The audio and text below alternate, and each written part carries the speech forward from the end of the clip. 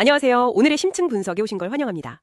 오늘은 과천 경마공원 부지에 대한 9,800세대 주택 개발 계획, 그리고 이를 둘러싼 아주 격렬한 갈등을 좀 깊이 파고들어 보려고 합니다. 네, 이게 겉으로 보기에는 그냥 흔한 지역개발 반대, 뭐 이렇게 보일 수도 있는데요. 그 이면을 이렇게 들여다보면 과천이라는 도시의 특수성, 또 수십 년간 쌓여온 역사가 얽혀있는 굉장히 복잡한 문제거든요. 맞아요. 그래서 오늘 저희는 한쪽의 시각을 아주 깊게 한번 따라가 보려고 해요. 경마공원 이전 반대 비상대책위원회의 자료를 보시면 이분들의 주장이 정말 얼마나 체계적이고 또 절박한지 알 수 있습니다. 네, 이번 탐구의 목표는 단순히 반대한다, 이 구호를 넘어서요. 왜 이런 강경한 목소리가 나올 수밖에 없는지 그 근본적인 논리를 한번 이해해 보는 겁니다. 그리고 그 논리를 이해한 다음에 그럼에도 불구하고 정부는 왜 이 계획을 추진하려는 건지 그 반대편 입장까지 함께 살펴보면 이 문제의 전체적인 그림이 좀 보이겠죠. 정확합니다. 비상대책위원회 자료가 아주 강렬한 질문으로 시작을 해요. 과천의 희생위에 또 9,800세대. 아, 또라는 글자가. 네, 이 또라는 한 글자에 담긴 의미가 정말 무겁게 다가오더라고요. 지금부터 그 무게를 하나씩 파헤쳐보죠. 좋습니다. 그럼 이 문제를 이해하려면 먼저 과천이라는 도시가 가진 아주 독특한 지리적 특징부터 알아야 합니다. 어떤 특징인가요? 보통 과천하면 그냥 살기 좋은 조용한 도시? 이 정도로 생각하잖아요. 그게 바로 핵심인데요. 비대위 자료에서는 과천을 깔때기형 관문도시라고 정의해요. 깔때기요. 네, 지도를 한번 떠올려 보시면 이해가 쉬운데 서울의 서남부인 사당, 그리고 동남부인 강남 쪽으로 들어가려는 경기 서남권, 그러니까 안양, 의왕, 군포의 모든 교통량이요. 과천이라는 이 좁은 통로를 반드시 거쳐야만 하는 그런 구조입니다. 와, 깔때기라고 하시니까 머리에 그림이 확 그려지네요. 그 출퇴근 시간에 수많은 차들이 전부 하나의 병목 지점으로 몰려드는 그런 장면이 상상됩니다. 바로 그거죠. 과천 시민들만을 위한 도로가 아니었던 거군요. 네, 과천의 도로와 철도는 이미 과천의 것이 아니라 경기 서남부 전체의 어떤 혈관 역할을 하고 있는 셈이죠.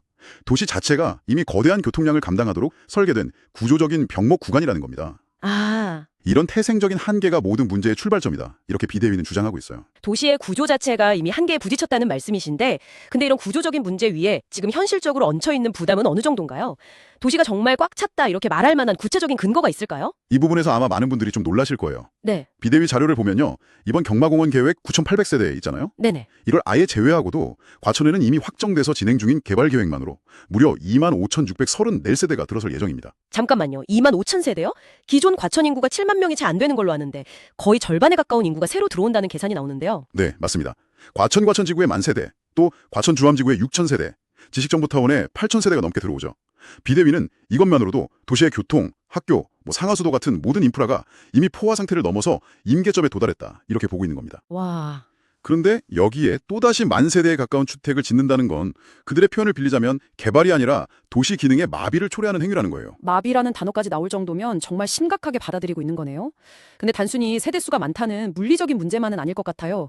이렇게까지 강경하게 반대하는 데는 뭔가 감정적인, 역사적인 배경이 있을 것 같은데요. 아주 정확한 지적이세요. 여기서 비대위가 가장 중요하게 꼽는 학습 효과가 등장합니다. 바로 과거 정부 과천청사 부지 4,000세대 공급 계획의 경험이죠. 아, 저도 기억나요. 과천에 거의 심장부 같은 곳에 아파트를 짓겠다고 해서 엄청난 논란이 있었죠. 결국 시민들 반대로 무산되지 않았었나요? 바로 그 지점이 시민들에게는 아주 뼈아픈 교훈으로 남은 겁니다. 표면적으로는 계획이 철회된 것처럼 보였죠.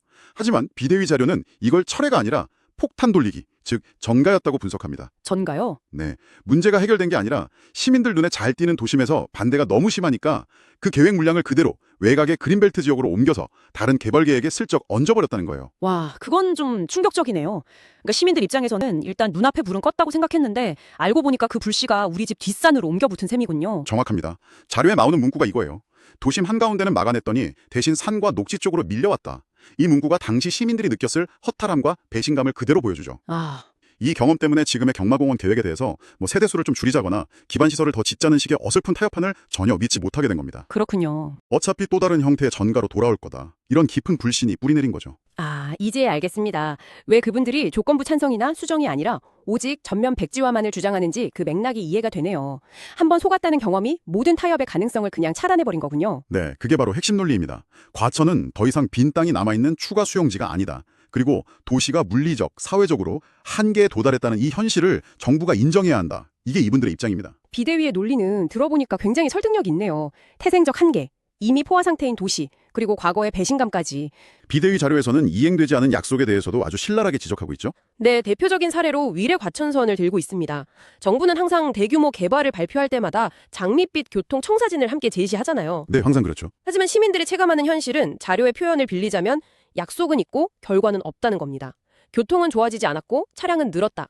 이것이 수십 년간 과천 시민들이 느껴온 현실이라는 거죠. 정부 입장에서는 장기적으로 추진 중이다라고 말을 테고 시민들 입장에서는 그래서 그게 언젠데라는 질문이 나오는 전형적인 동상이몽이네요. 더 나아가서요. 교통 개선을 명분으로 내세우면서도 실제로는 그 사업에 필요한 분담금 같은 재정적 부담을 과천시에 요구하는 상황도 불신에 키웠다고 지적해요. 아, 돈까지 내라고? 네.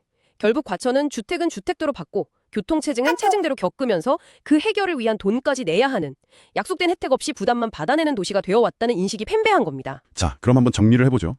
시민들 입장에서는 깔때기라는 구조적 한계 위에 이미 확정된 2만 5천 세대의 압력이 더해졌고 여기에 과거 청사부지 이전의 배신감과 지켜지지 않은 교통 약속이라는 불신까지 쌓인 상황이네요. 네, 비대위는 바로 그 지점을 명확한 공식으로 설명합니다. 누적된 2만 5천 세대 압력, 더하기 교통 약속 불이행, 더하기 일방적인 9,800세대 통보, 이게 다 합쳐져서 그 결과로 타협 불가능한 강경한 저항이 나타났다는 거죠. 각각의 요소가 그냥 개별적인 불만이 아니라 서로 연결되고 증폭되면서 지금의 상황을 만들었다. 이런 분석입니다. 이 덧셈 공식을 보니까 이 문제가 왜 단순한 님비 현상으로 치부될 수 없는지 명확하게 이해가 됩니다. 그렇다면 이 모든 것을 종합한 위원회의 최종적이고 또 그들이 말하는 양보할 수 없는 요구는 역시 전면철의 하나뿐이겠군요. 네, 그렇습니다. 타협이나 수정이 아닌 경마공원 이전 및 주택개발계획 전면 철회. 이것이 그들의 유일하고 최종적인 목표입니다. 정부가 과천의 구조적 한계와 시민의 고통을 직시하고 이 무리한 공급 계획을 즉각 중단하라는 것이죠. 이것은 단순한 요구사항이 아니라 수십 년간 쌓여온 문제에 대한 마지막 외침이라고 할 수 있습니다. 자료의 마지막 문장이 특히 기억에 남습니다. 이 모든 움직임이 지역 이기주의가 아닌 생존을 위한 외침이라고 말하면서 끝을 맺고 있어요. 네, 바로 그 지점이죠. 하나의 지역개발 이슈가 단순히 주택수를 늘리는 그런 산술적인 문제를 넘어서요.